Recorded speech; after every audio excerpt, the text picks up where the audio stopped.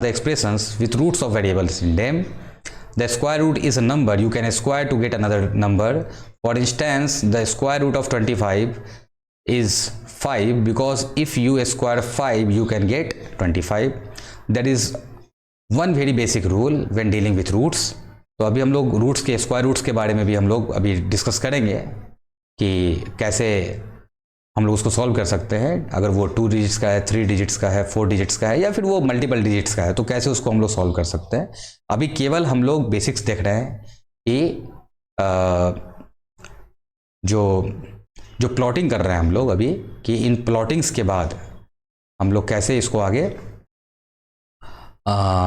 Utilise कर सकते हैं अपने कॉन्सेप्ट्स को बिल्डअप करने में या फिर प्रॉब्लम्स को सॉल्व करने में, ये इंपॉर्टेंट है। तो if the root is even you can not have a negative number. This means that there can be no negative numbers in square root, 4th root, 6th root etcetera. Why? Because if you multiply 2 numbers to get a negative number, so one must be positive and one must be negative, right? So when you square a number you multiply the number by itself, so it is impossible to have one be negative and one be positive. Suppose अगर हमारे पास -6 है तो -6 का मतलब ये है कि वो 2 और -3 का मल्टीपल है या फिर -2 और 3 का मल्टीपल है। तो अगर हम लोग -2 और 3 का मल्टीपल है हम लोग के पास तो उसको अगर स्क्वायर करेंगे तो वो पॉजिटिव आ जाएगा। तो ये पॉसिबल है ही नहीं। तो इसलिए ये जो लाइन है इसको आप समझें कि because if you multiply 2 numbers to get a negative number तो one must be positive and one must be negative. 2 negative numbers को अगर मल्टीप्लाई करते तो पॉजिटिव आता है, 2 पॉजिटिव नंबर्स को मल्टीप्लाई करते तो पॉजिटिव आता है। तो when you square number you multiply the numbers by itself, so it is impossible to have be negative and one be positive। तो ये पॉसिबल है ही नहीं।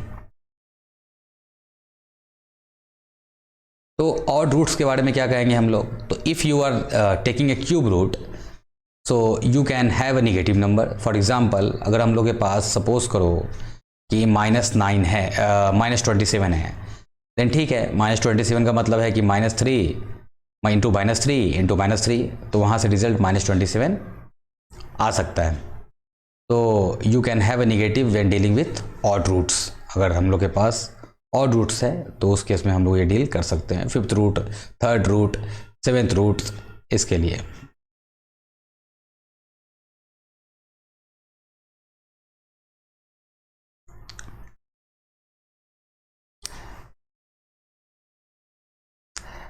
Here are some basics about the fractional exponents.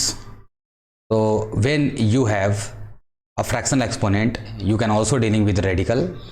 Fractional exponent follows the terms like a to the power m पर। ये बहुत ही basics है और ये सिंपल जो रूल ऑफ इंडिसेस है तो इसको देखना बहुत ज़रूरी है। ये सिंप्लीफिकेशन में बहुत यूजफुल होता है।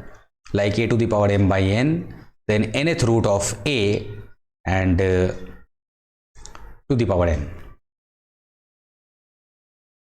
Like the denominator of the fraction gives us the root you are taking and the numerator is the power. For example 9 to the power 1 by 2, then second root of यानी कि square root of 9 equals 3.